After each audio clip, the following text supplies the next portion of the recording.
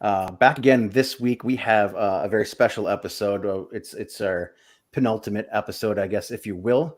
Um, it is the it is our final episode of the season of interviews. Now we did all of our preseason interviews, which was very fun because we interviewed some of the new incoming players, some of the folks that we didn't know. We got to interview Deba and Messer together, which was fun.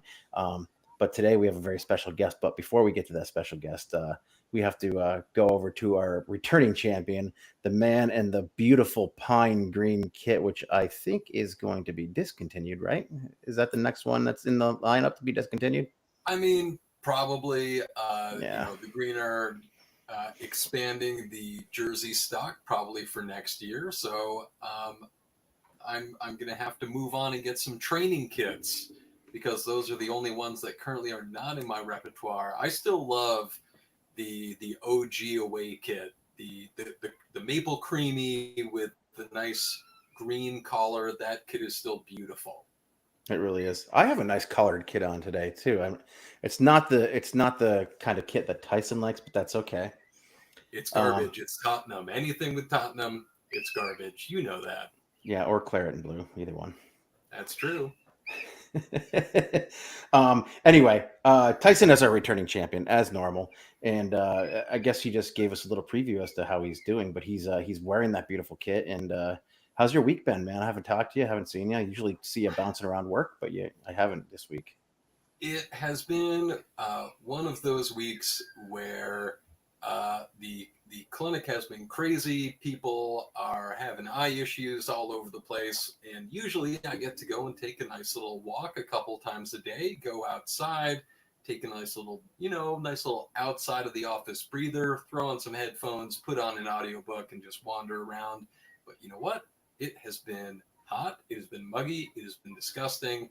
I walk out of that hospital and my glasses just go poof, they fog up. So even that has not been that soothing of an experience. But I'm in my nice, beautiful, air conditioned home right now talking to you guys. So we're looking up. Excellent. Well, speaking of hot and steamy, well, we're not going to say he's hot and steamy. Maybe some people think he is, but we have our special guest here. And he's been outside in the hot and steamy weather, starting practice with the Catamounts. He's in his final year of college here, and we're very pleased, very proud to have on the Vermont Greens living legend, the all-time leading scorer in Vermont Green history. Our short history, but still, it's going to be hard. It's going to be hard to eclipse for any other players that are going to be coming in or returning. But I'm super excited to have this guest because um, over the past couple of years, I've talked to him a number of times. Um, we've talked about the game. I was at his. They had like a little birthday party for you at the end of the preseason or postseason last year at the Vivid Coffee, and that was super fun. But Yaniv Bazzini, great to see you. I'm so excited to have you here. How you doing? Hey, thank you so much. First of all, I really appreciate the introduction, and I'm happy to be here. So thank you guys for having me here. Yeah, no problem. I've been wanting to do this interview for quite a long time. I think there was a fundraiser or something. I was wearing my Tottenham hat, and the first time you spoke to me, you came up and said that a friend of yours had just signed for Tottenham, Manor Solomon, um, and at the time I didn't know what to expect because he had just signed, and then on my other podcast, I do a Spurs podcast. I had mentioned initially that I wasn't really super impressed with him because I didn't think we needed a dribbly winger. But now watching what Ange does on a game to game basis, we need a dribbly winger. So glad to have him back in the squad, back from his injury. But back to you. We're going to get right into this because this is what the listeners want to hear, I think. So just to start off, tell us a little bit about your childhood and how you found soccer, how you got into soccer, and maybe some of the youth setups because you know you came out from an outside the U.S. Youth setup, which I always find different when we talk to folks who are coming from, say, from Europe or even Africa. We talked to a couple of players in the preseason about where they came from, and um, so what was it like in your experience growing up in Israel? First of all, it was a great experience. I started to play soccer when I was 5 in kindergarten. All my friends, that actually my very good friends until today, they just came and say, "Hey, look at this round ball. Let's start kicking it. Here, let's teach you." And I fell in love since first grade. My mother took me to like a soccer camp, loved it, and since then I just continued. And I thought it just was fun. I didn't think I can actually go somewhere. I just wanted to have fun. So that was amazing to My just son start had with. a similar kind of situation, except when he was learning to walk, he learned to walk, and then he had this favorite ball that he played with, and he learned to walk, and he put the ball in front of him and then just started to run. And at that point, I was like, that kind of some soccer stuff. I better start getting into this. And that was, about 11 and a half years ago, 11 years ago now. But that's when I got into it. So is the youth setup like in Israel? Is it more similar to like what we have here with like the club system, or is it more similar to, say, to like a European type system? It's more similar to the European type system because here it's also you can see high school or like smaller clubs, and because the United States it's so big as well. So you have pretty big clubs back in Israel that just have academies, and I started in one of the clubs that been a bit smaller than now, actually in the first league. They're a professional team, but back then they weren't. They were in the third league. So I moved to one of the better academy teams, and that's how I made my way up all the way. Nice. And I mean, what went into your decision to, actually come over to the US and play soccer for, a college team? Was it because, you wanted to, A, further your education while being able to play, your chosen sport at the same time? Was it more that you were kind of maybe didn't have the opportunity to kind of move up in the youth structure of the club that you were at? I mean, what went into that decision? So this decision was I played already in the team first team in my youth, so I made it all the way up and had minutes and played pretty good. It just the new owner came after Eyal Berkovich, if you know, he was my owner of the team. He been a player in Man City for a few years. He kind of like a club legend historically there. So he left. Another owner came. He brought a lot of new players, a lot of money, got into the club because he wanted to go from the second league to the first. And from a point that I worked all my life to like to get to a certain position and prove myself, I just got to a point that I am not rostered, or like the coach in the beginning telling me that he loves me and I'll play a lot, and then the new owner came and I'm not seeing the field anymore. So I decided to go to the only place that they cannot stop me. It's the US. I said, okay, I'm going to get my education. And because I was tired of how the system worked in Israel, they didn't really care about the younger players, not as much. Now you can see it's a little bit better there. But back when I was there, I said I want more than just the Israeli league. And I think through the US, I can do it. And again, this is the only place that they couldn't stop me.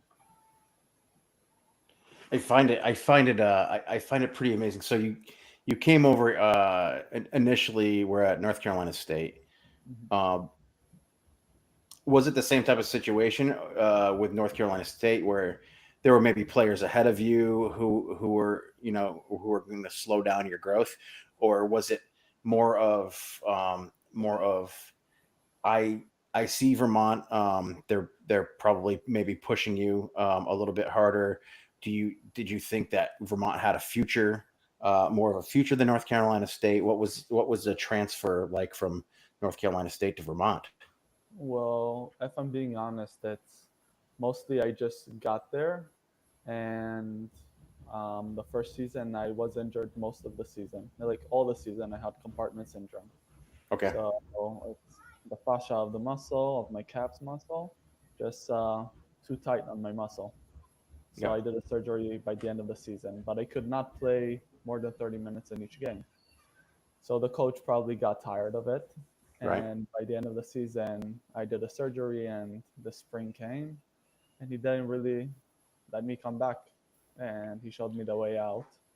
I understood the hint. And after that, like when we talked, understood that, okay, it's not the place for me and put myself in the transfer portal. Rob Dow, the UVM head coach, reached out to me. That was a great conversation, and I knew that the next place that I will go to, I want a good relationship with the coach. Or the coach, first of all, will look at you as a person and as who you are before the player, and then he will appreciate you as the player. And I think I did an amazing decision because I went to, first of all, much better team and went much further and like NCAA. And I think I also developed myself as a player and as a person when I came here. And I mean, what kind of a culture shock, if there was any, is it to go from living in Israel to maybe in the Carolinas, the climate might be a little bit more similar to how it is over from your home country, but Vermont's a very different beast weather-wise compared to Israel. I mean, that first winter that you were up here, did you have that moment of, oh my God, what have I done? It's 20 below with the wind chill. Why am I here? Yeah, I was. I'm still shocked until now. Like the winters here are. I did expect honestly for more. What I heard from the winters, I did expect for more. So maybe because I expected more, it wasn't that bad. But the winters here is something that I never saw. So the first time I went to North Carolina, I saw first time snow falling from the sky. I did see snow on the ground, but never falling from the sky. But here it's happened so consistent. It's like another day, oh, it's snowing outside. Like instead of like, oh, snow. Like my first day in North Carolina when I saw snow, it was a whole party in my head.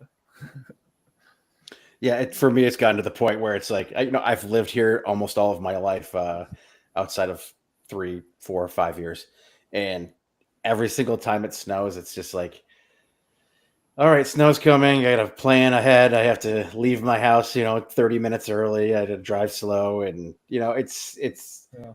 become old hat. But I still like once it gets below zero, I still am like I don't like it. I just don't want to ever leave the house. And luckily, like in the wintertime, there's plenty of television on. But and for me, I'm my one of my loves is beer, and there's plenty of beer in the fridge in the wintertime to keep us warm. But so you get to Vermont,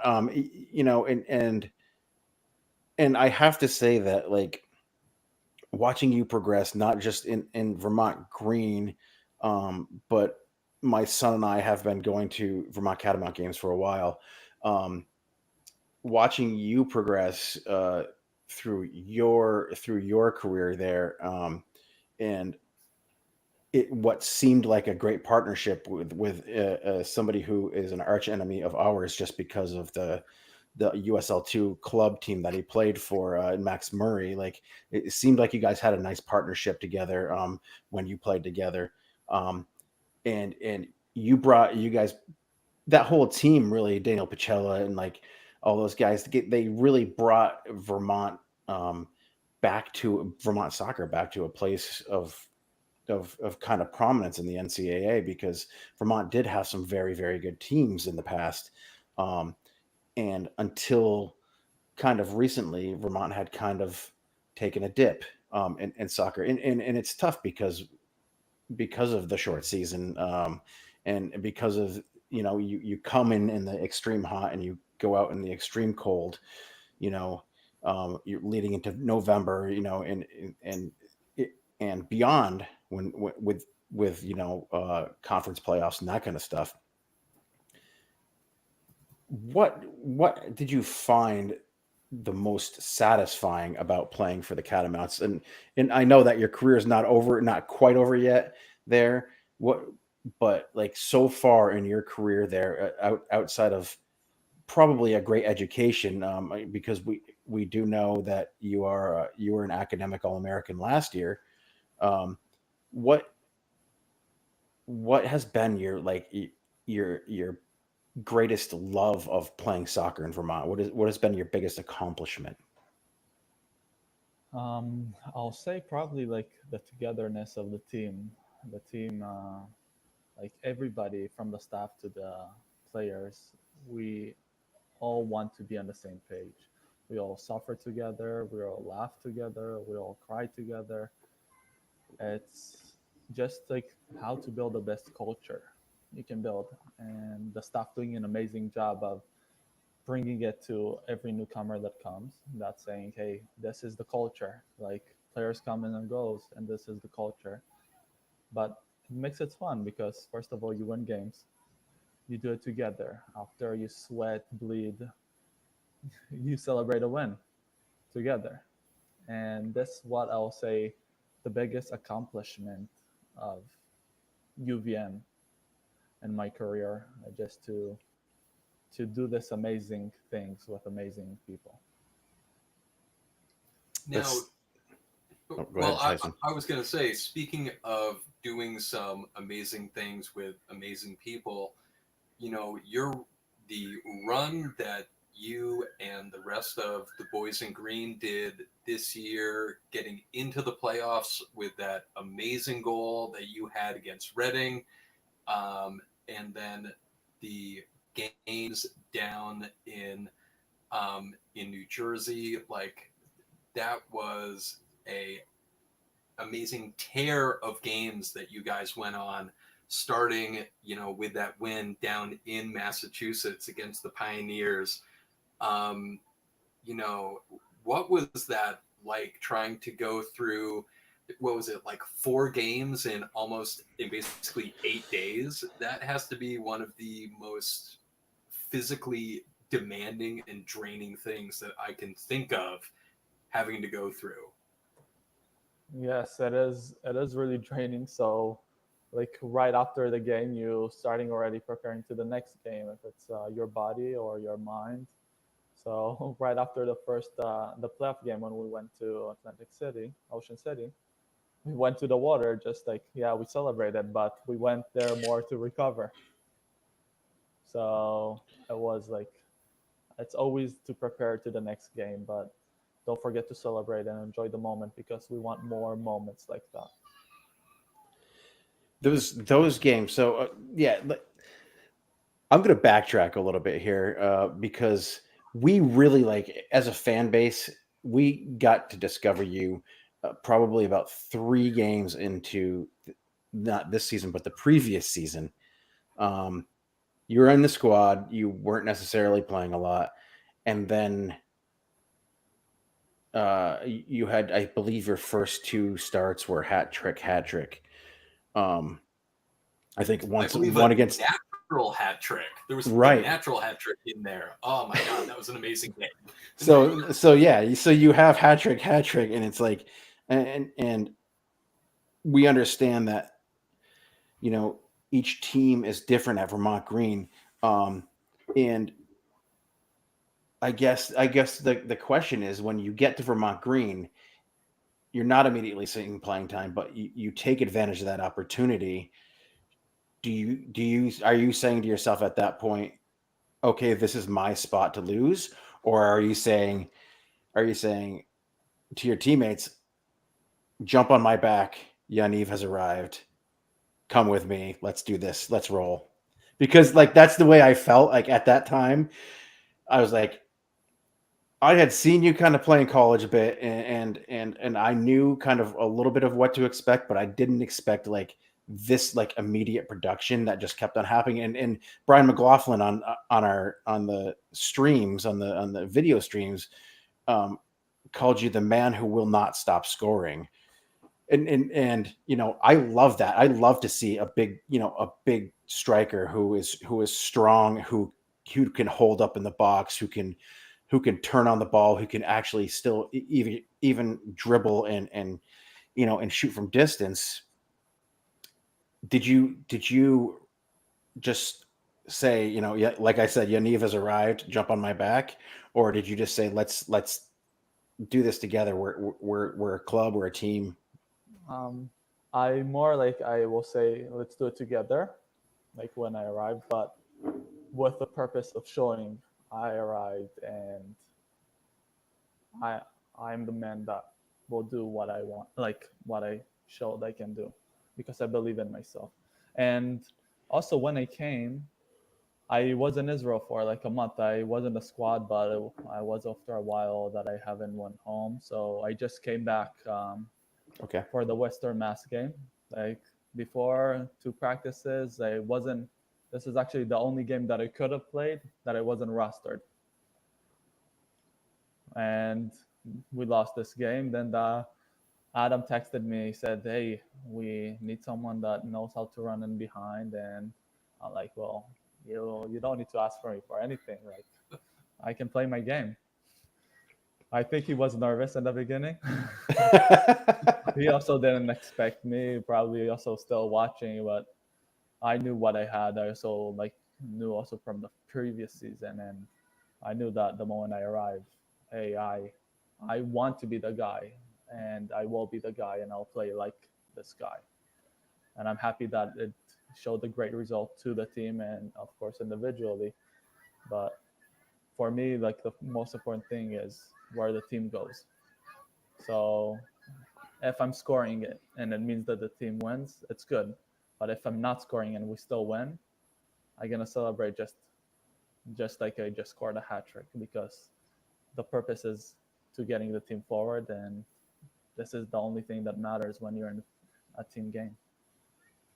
And you know, speaking of, you know, of celebrating with people, you know, one of my favorite things, just watching the team over the last 2 years, is truly just the unbridled joy and enthusiasm. Whenever you score a goal, you are just fucking pumped, man, and it just like makes us, everyone in the stands, just so excited. You're just out there pumping your fist, like high-fiving, hugging your teammates.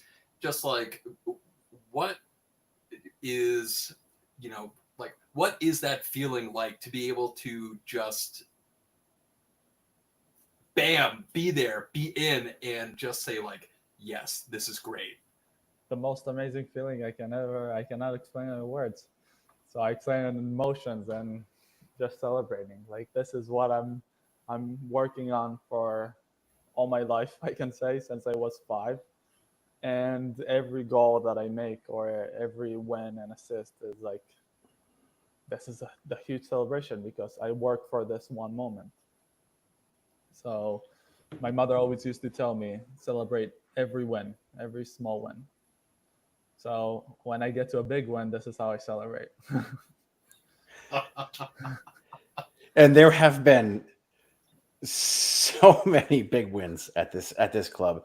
You know, and the reason that we do this show, and the reason that we go, because you know, Tyson and I are not young men, right? The Tyson's a younger man than I am, but I shaved my beard off so my grays wouldn't show anymore.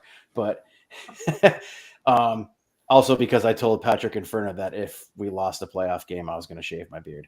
But Sorry. it's perfectly fine. I needed to come off. We have had some big wins at this club, and we always say it's like there's something magical around this club, and I don't know what it is because we have one of the most unassuming head coaches, right? We have um, some of the most unassuming founders slash owners of this team, um, and unassuming as like they're not those millionaire billionaire type owners of a club. They started a club, from basically digging in their front yard and looking for some mud and some worms and packing it all together and finding a way to turn it into something that's going to grow. um and not to dismiss Adams accomplishments in college ball, but like still it's still he was at Division 3 college soccer, and he comes in, and we never knew what to expect, and we got what we got in the first season. It was kind of a magical season, and um, we said, who are we going to find to replace Aitor, uh, who was at the time one of the best players, one of the best strikers in the country, big, tall, hold up guy in the box, could score a goal, can get his head on the ball. We found Yanni Bazzini. Um, Can you kind of describe to us what it was like in your first season with the Green versus your second season with the Green? Because for me, and I know we've talked about this, Tyson, too, is that this current season that we just finished, we made it further than we ever have. Um, the most accomplished team this year. I felt last year's team was more skilled, but I think this year's team um, had a little bit more glue to it. Um, if that makes any sense. Compare your first two seasons, your 2 seasons at Vermont, um, because we missed playoffs last year by the skin of our teeth. One of the best performances that I've seen out of a lower level soccer club. Just compare those 2 seasons for us if you can. Well, I got this question a lot during the end of the season, and what I say, like you said earlier, maybe by the skill, we had a very, very like every single player maybe was a top player in college last season. It was really like every single player on the field and on the bench been the best in their team, and Right. like it's just a fact that they are probably the best in their team, and they came to one team and we played beautiful soccer. Like no one could basically stop us. Um, and this season, it's maybe less talent, still super talented. Everybody there is like still top players in each of their colleges and of course in the nation. Maybe less talent, less same idea of keeping the ball, but we came there to work hard and get the win and get what is the most important thing. So this is how it's mostly differs between both of the seasons, I'll say. Now, I mean, obviously, you've been with the Green for 2 years. I mean, what attracted you to the team? I mean, was it that, hey, it's right here, it's convenient? Obviously, you've played at UVM. Um, was this something where Coach Pfeiffer was actively recruiting you to be a part of the team? I mean, were there any other USL2 teams that you maybe could have played for or were actively recruiting you? So yeah, like Mike said before, I think it's all of the above. Like you have an amazing fan base, and you have an amazing community, and good like how the founders like have all the media and the TV and everything that is surrounding it. If it's the shirts or just the environment. And of course, like you said, the convenience for me that, hey, I'm already here. I love this place. Let's show some Vermont soccer here. And yeah, I knew that it will be a good team. Adam, of course, tried to convince me to come as fast as I can, but like I said, I need to go to Israel. It was important for me, and after that, I had a combine also in Inter Miami, but that made it a little bit later. But yeah, it was like all of the above that like really made it a special thing that I wanted to be part of. This is going to be this is going to be one of the hardest things that I think that the Green Mountain Boys supporters group are going to have to deal with in the future, which is a team without Yaniva Bazzini. Um, and it's not just your personality. It's not just your skill on the soccer field. It has a lot to do with, well, I guess it is your personality because it does have a lot to do with the person you are. Um, the the second that the game ends, because I see it from the stands. You know, when my son runs out onto the field and goes to get autographs, and um, you know he's got your autograph on his Crocs. Um, you know, and um, so when I see the way that some of the players, they might feel a little bit strange about about the whole situation. Some of them are young kids, still, and young in their sport and young in their lives. Some of them are, you know, uh, um, like some of them have come from other places and don't necessarily feel as comfortable with the whole situation, being at this lower, quote unquote, lower level club. But you seem to like take it all in on the field. And so after the games, and that's the part that I loved, because I'd let my son, my daughter run out onto the field, um, we let Terry run out onto the field. So, but so I take my time getting down onto the field, and just to watch the kids light up when they get to see you, and to watch you light up um, when you're watching, and you're signing autographs for these kids, and it, it's it was always like Nacho, like last year. Nacho was always excited to sign autographs. He really was. He was an exciting guy. But like, and Zach is always fun to watch. Sign autographs. But like watching you, it seemed like you were like on a level with those little kids.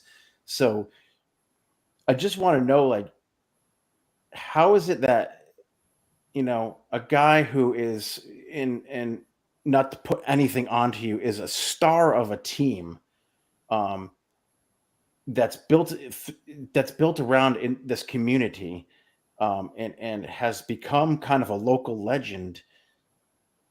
How is it that you're kind of able to keep yourself and still act like like you're just a kid having fun out there? Like, how is it that you're able to just keep that youthful enthusiasm and exuberance on and off the field? Because like I said, you look like a kid signing autographs out there, just so excited to be out there. Is that something that you have to continue to do as a professional, uh, um just to keep your wits about you, to make sure you don't get too far ahead of yourself? Yeah. First of all, thank you for the warm words. I appreciate it. And yeah, just like every time that I talk, even like just talk to a person or see a kid, I put myself in their shoes and say, like, as me as a kid, this moment means so much. Like, it means so much for me to get a autograph or a photo or a selfie, or he giving me. I had like a wrist not band, but like a tape on my hand that they wanted, and like how important it is for them. And I want to be the guy that maybe people remember, that I always want to be also with them and part of their experience, not just the person that did it. And it's important for me like to give all the people in the world like an amazing feeling every time I have any interaction with them, no matter if they saw me play or no matter if I just played chess with them. It's it's just something that is important for me as a person. Like you said, that when I play on the field, I play with all my emotion, with all my heart, and to give back to the incredible fan base that just coming, no matter if it's pouring rain, no matter if the game is delayed 2 hours, staying there the whole time and supporting us when we even 1-0 down. This is the really so small compared to how much I get. So I'm happy that I can give a little bit from what I get. And, coming from that position, like knowing that that's how you feel every time that you're out on the pitch.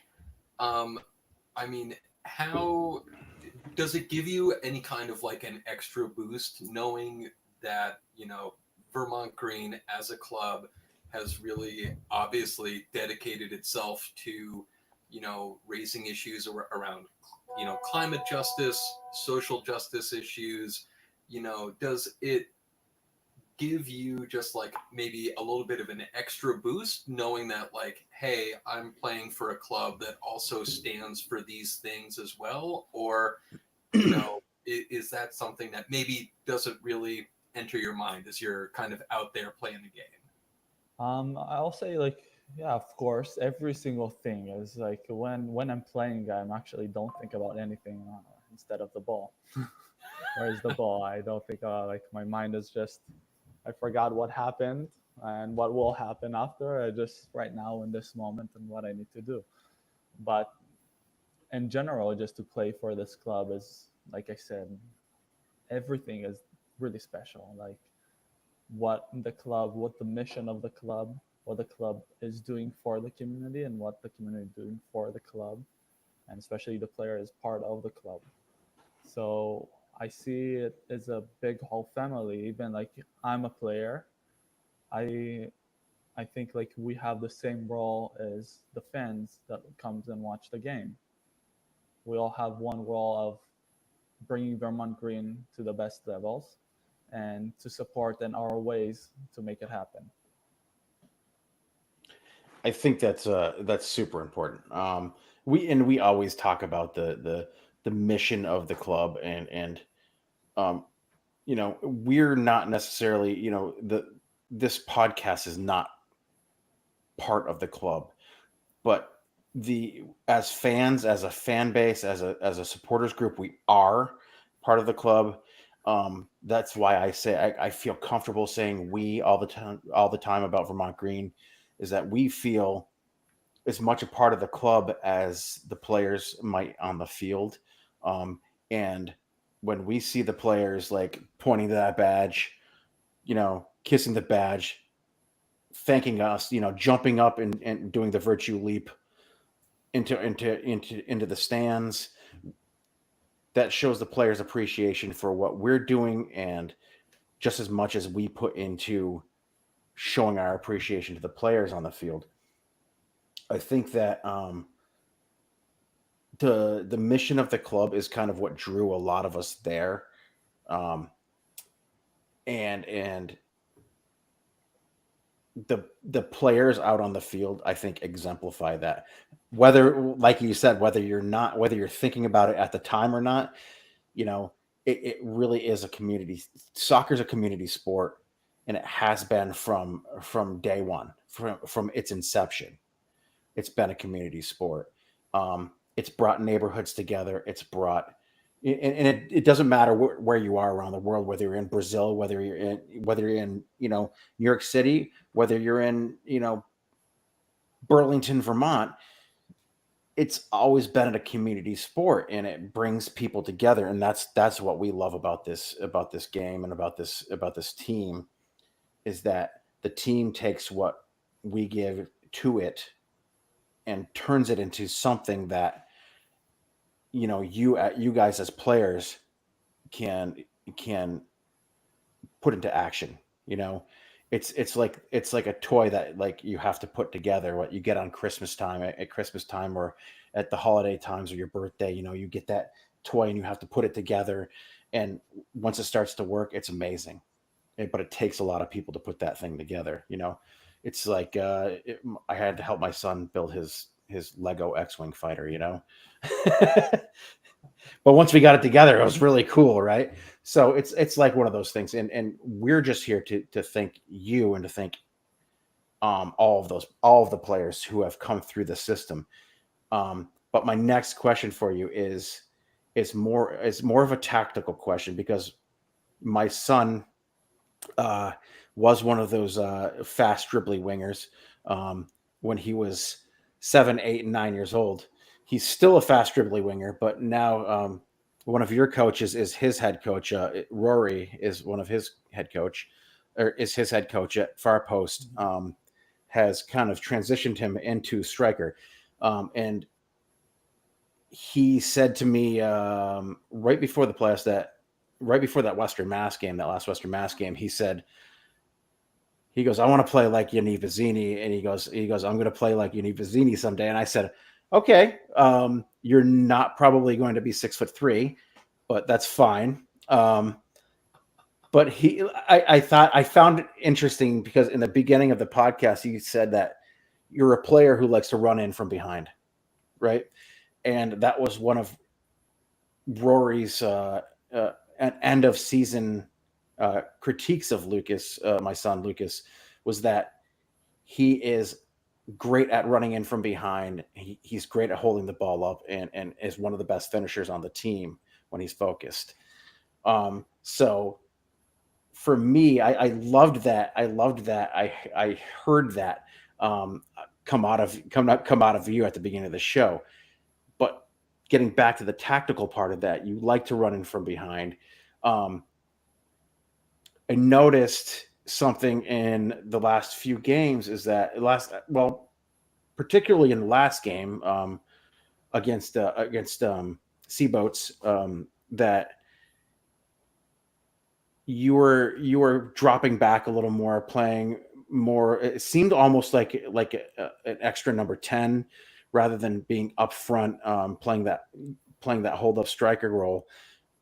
Is that something that like had developed toward the end of the season? Was it because you guys were just so gassed that like that's what you were being asked to do, to maybe play that role and distribute a little bit more rather than being that guy who can hold up in the box? Or what went into that kind of decision to bring you back? Because my thought in my head was that it was tired legs, tired body, because we saw that at the end of his Tottenham time, Harry Kane started doing that a little more. He became more of a distributor than like a lethal finisher,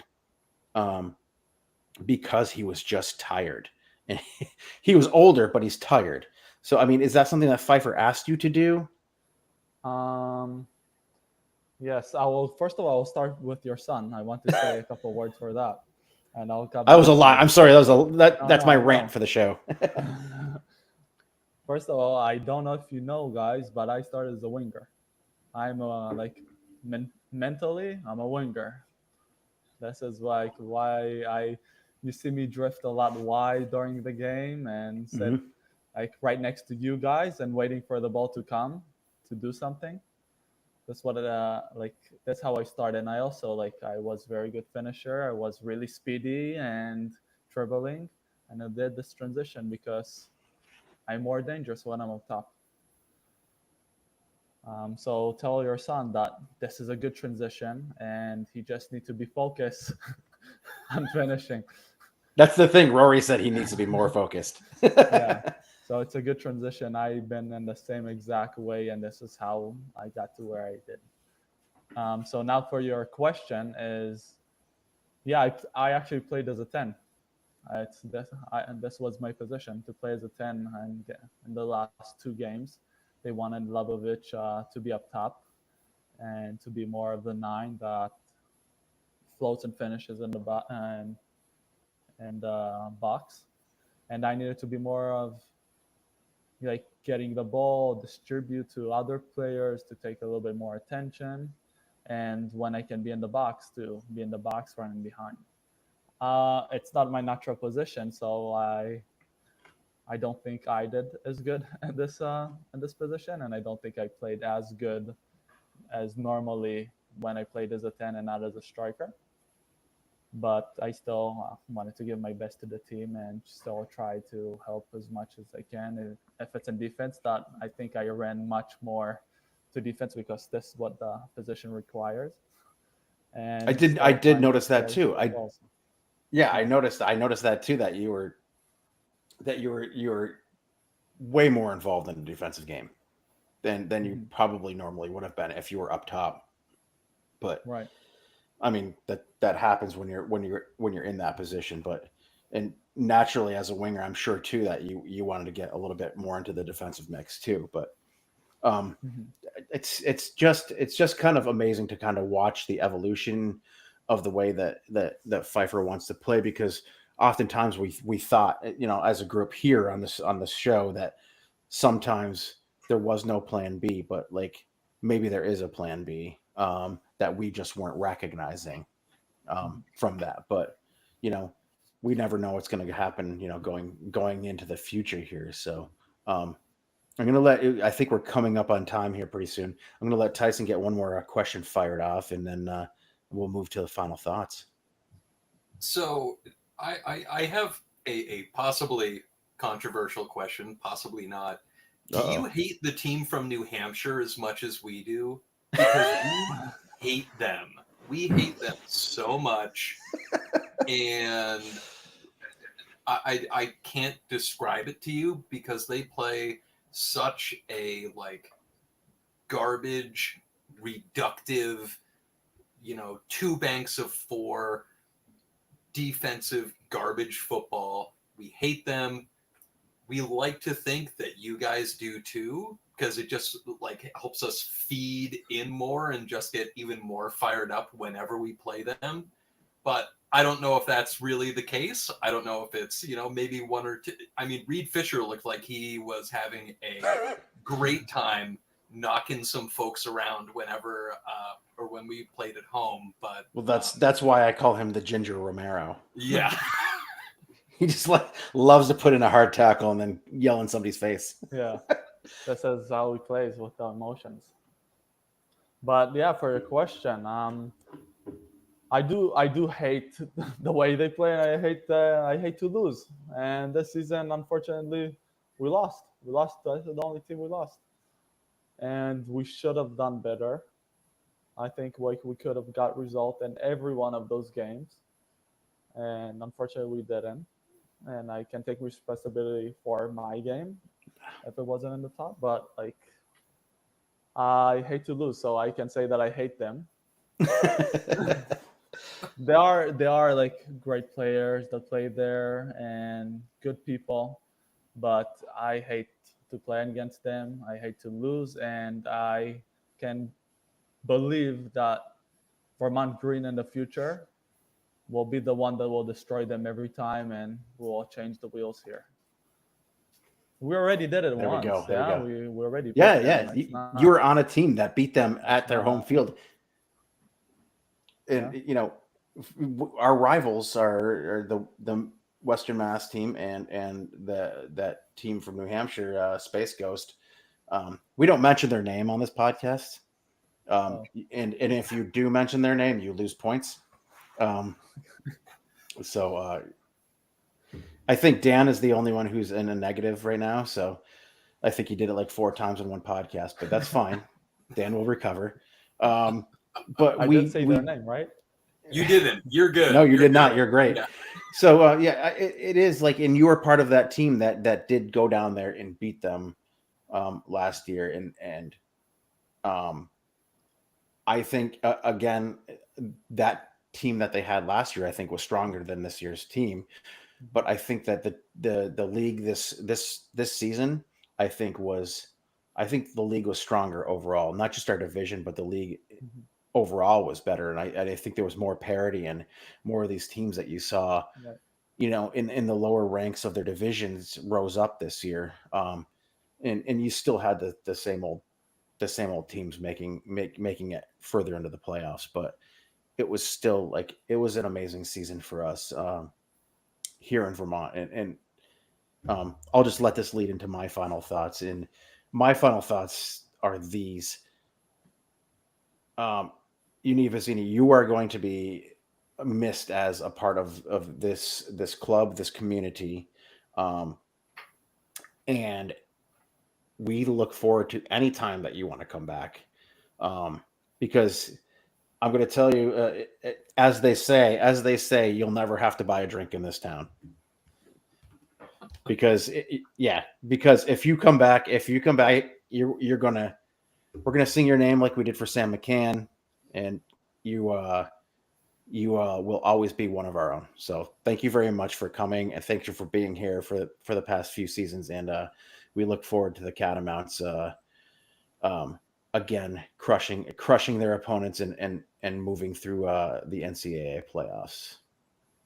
Tyson, I'll let you go next, man.